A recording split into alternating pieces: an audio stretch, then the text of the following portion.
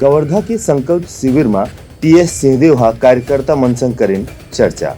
कांग्रेस के संकल्प शिविर के आयोजन आज कबीरधाम जिला के पंडीरा क्षेत्र में करेगी। एवं प्रदेश के उप मुख्यमंत्री टीएस सिंहदेव और प्रदेश के कांग्रेस अध्यक्ष दीपक बैज समेत दूसरे पदाधिकारी मन शामिल हुई। एबेरे टीएस सिंहदेव कहन की कांग्रेस के पाछू 5 बछर के काम का जो विकास के योजना ला देखत जनता में गाँव फेर से विश्वास हवे कि अवैया चुनाव में घलो कांग्रेस ला ही जीत हासिल होही। टीएस सिंहदेव के कहना रही है कि कांग्रेस के कामकाज में गरीब, आदिवासी, महिला, मजदूर, युवा, बेरोजगार, किसान हर वर्ग के कल्याण और विकास बर कोनो न कोनो किस्म की योजना चलत है। वहीं प्रदेश कांग्रेस अध्यक्ष दीपक बैज कहन की कांग्रेस सरकार हा पाछू 5 साल में हर क्षेत्र के विकास बर योजना चलावत है। खास तौर से गोठान और किसान ने योजना के चर्चा देश और विदेश में हुआ थे। यही पाए कि विधानसभा चुनाव में कांग्रेस ला बड़े सफलता मिले की उम्मीद करे जाते। ब्यूरो रिपोर्ट उत्तलंगा न्यूज।